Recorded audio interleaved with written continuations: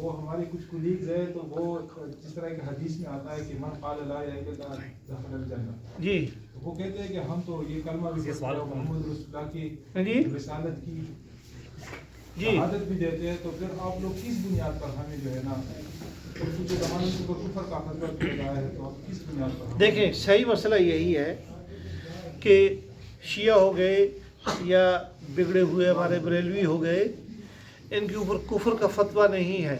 ہمارے علماء جو ان کو کیا کہتے تھے، پرانے علماء ہمارے محدثین یا فقہاء پرانے، وہ کہتے تھے اہل البدع والاہواء، یہ خواہشات کے پیچھے چلنے والے بدعتی لوگ ہیں، ٹھیک ہے نا جی۔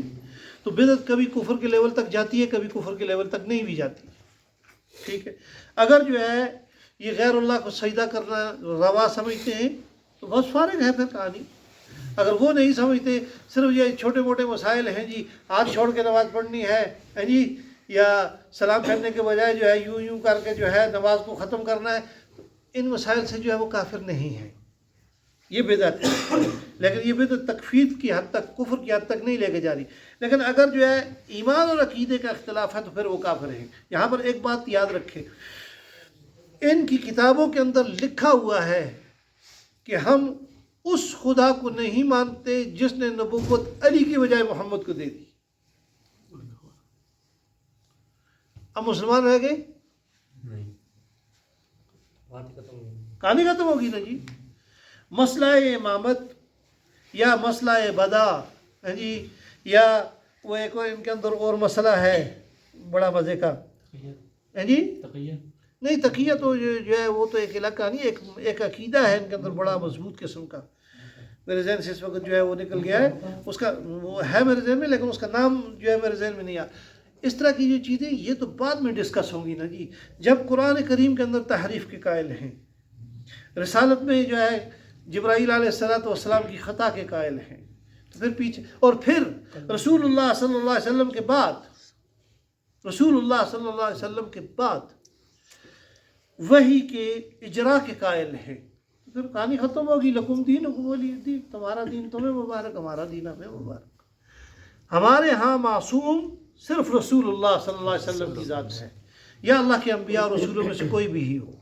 آخر المعصومین رسول اللہ صلی اللہ علیہ وسلم، جن کی زبان سے ہمیشہ حق نکلا، بس وہ آپ پر ختم ہے۔ ابو بکر صدیق بھی اس کا دعویٰ کریں گے تو دائرہ اسلام سے باہر ہو جائیں گے، آپ پر میں تو حیثیت ہی کوئی نہیں ہے۔ لیکن ان کے کیا ہے، ان کے 12 معصومین الگ ہیں اوپر سے، نہیں 12 معصومین، 14 معصوم ہیں، 12 امام ہیں۔ ہاں جی، ہاں 14 معصوم ہیں، 14 معصوم نہیں اس طرح تو وہ حضرت فاطمہ کو یہ درمیان میں شامل کرتے ہیں نا، اور ایک خیالی قسم کا انہوں نے محسن بھی بنایا ہوا ہے درمیان میں، ہاں یہ محسن بھی بنایا، وہ سب حساب سے 14، لیکن ہے اصل میں 12 معصومین ہیں۔ میں نے کیونکہ میری کمیونٹی شیعہ ہے، میرے ہاں دادا تھے وہ شیعہ تھے، پھر ہمارے حدیث ہوئے تھے۔ الحمدللہ، شکر ہے جناب، جو ہے کم از کم آپ تو بچ گئے، اللہ کا فضل ہے۔ اچھا، مطلب ان سے ہمارا تعلق کس طرح ہونا چاہیے؟ ہماری فیملی کے باقی کزن جو ہیں شیعہ ہیں، ہاں ان سے ہمارا تعلق کیسا ہونا چاہیے؟ اور میں نے آپ سے کہا نا اہل البدع والاہواء ہے، قطعی کافر جو ہوتا ہے نا، جو اللہ اور رسول اور آخرت ہر چیز کا منکر ہو، وہ لوگ تو نہیں ہے نا، یہ مسلمانوں کا ایک گمراہ فرقہ ہے۔ لیکن اب ان لوگوں نے، میں نے قاری صاحب سے وہ ایک سٹیٹس شو کی ہے آج کل نا، انہوں نے اپنے ہم کہتے ہیں الحمدللہ یا انشاءاللہ، انہوں نے اب وہاں پہ انشاءاللہ کی جگہ پہ انشاء علی لکھنا شروع کر دیا ہے، اور الحمد علی لکھنا شروع کر دیا۔ اصل میں یہ جو تھوڑی سی خرابی ان میں پتہ ہے کہاں سے آ گئی ہے، یہ نصیریوں کی وجہ سے۔ یہ بشار الاسد وغیرہ پارٹی جو ہے، نصیری حضرت علی کو مشکل کشا مانتے ہیں۔ آج کل کی یہ پاکستان کے اندر جو اثنا عشری شیعہ تھے، ان کی اکثریت بھی حضرت علی کو جو ہے مشکل کشا مانتی ہے، حالانکہ بنیادی طور پر جو حقیقی شیعہ عقائد ہیں ان میں یہ چیز شامل نہیں ہے، اس کو کفر کہا گیا ہے۔ ہے جی، ان کی کتابوں میں یہ نہیں ہے، لیکن ہاں، لیکن ان میں عوام میں وہی نصیریوں کے اثرات کی وجہ سے، پھر یہ جو نصیریوں سے بھی بدترین ہیں، جو ہمارے پاکستان میں جو ہے تھڑوں کے تھڑے ہیں، یہ کیا کہتے ہیں جی ان کو، بوہری آغا خانی اسماعیلی تو چلے ایک جو ہے سیپریٹری تک ہے نا جی، بوہری آپ کے پاکستان کے ہر شہر میں ہے، آپ کے کراچی میں ہے، آپ کی پنڈی میں ہے، آپ کے لاہور میں ہے، آپ کے پشاور میں ہے، آپ کے کوئٹہ میں ہے، ہر شہر میں پھیلے ہوئے ہیں یہ لوگ.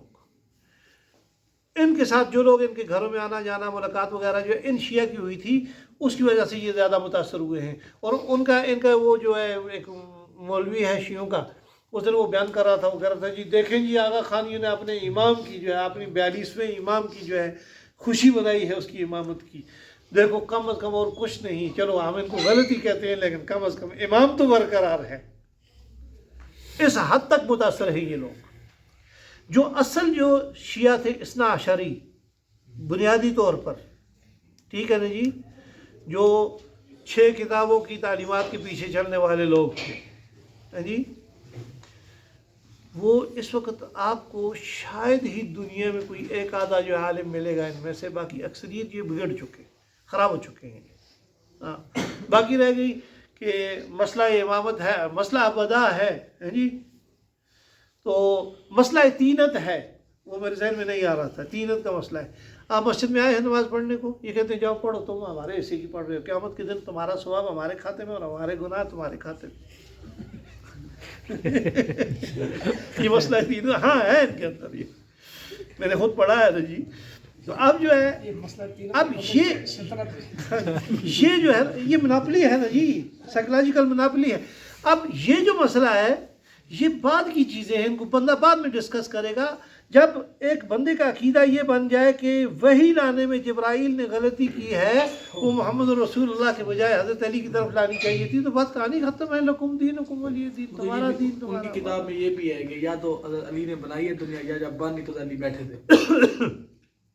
میرے ایک جو ہے عراق کی شیعہ کے ساتھ ایک دن مناظرہ ہو، میں نے کہا انت لا تؤمن باللہ العظیم، اللہ عظیم پر تمہارا ایمان نہیں. اس نے کہا نہیں ہمارا ایمان ہے.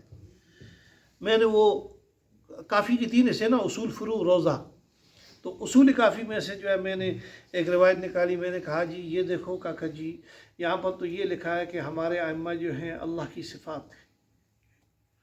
مجھے یہ بتاؤ کہ عیسائی اگر یہ کہیں کہ یہ اللہ کی صفت ہے بیٹا ہونا تو وہ کافر ہیں. تم کہتے ہو ہمارے 12 اللہ کی صفتیں ہیں تو تم مسلمان ہو وہ کافر ہیں، یہ کیسے ہو سکتا ہے؟ بس پھر بھاگ گیا وہ. پھر تو ان کا بنیادی طور پر نہایت غلیظ عقیدہ ہے. جو لوگ جو ہے نا، جو لوگ ان کو علی الاعلان کافر کہتے ہیں، معاشرے کے اندر فساد پیدا نہ ہو اس لیے نہیں کہنا چاہیے، حقیقت میں فارغ ہے معاملہ.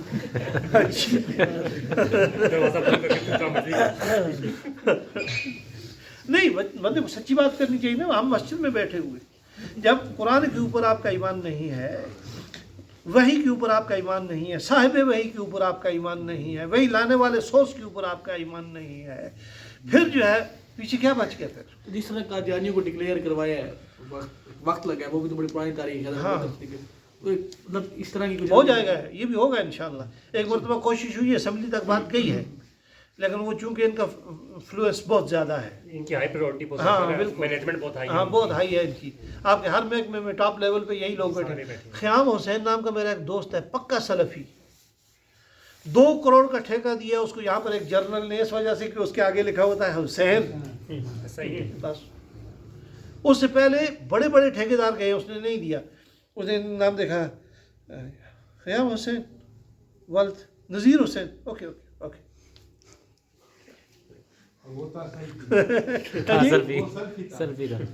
کون؟ ہاں وہ خالد سلفی. 2 کروڑ کا ٹھیکہ ملا اور اس 2 کروڑ میں سے اس کو 90 لاکھ روپیہ بچت ہوئی. یہ فیوریزم ہے، آپ صحیح کہہ رہے ہیں، پریکٹیکلی بھی چل رہا ہے یہ کام. ابھی مظفر آباد سے ایک بندہ خالی کاغذ کے اوپر اس نے لکھ کے دیا، یہاں پر جو ہے ویمن منسٹری کے اندر جو ہے ایک بندہ کام کرتا ہے، وہ اس نے لکھ کے دیا ہے خالی کاغذ کے اوپر کہ جی یہ بندہ جو ہے میرا ہے، یہ اس کا کام کرنا ہے. اس نے سمپل اپنا سگنیچر کیا ہے نیچے. یہاں پہ آیا ہے، لوگوں کی جو ہے 2 3 سال ہو گئے کام اٹکے ہوئے، آدھے گھنٹے میں جو ہے اس کی ڈاکیومنٹیشن کمپلیٹ ہوگی. یہ چیز تو ہے یہاں پر. اور مائنارٹیز ہمیشہ یونٹی پر بلیو رکھتی ہے. سبحانک اللہم ربنا و بحمدک.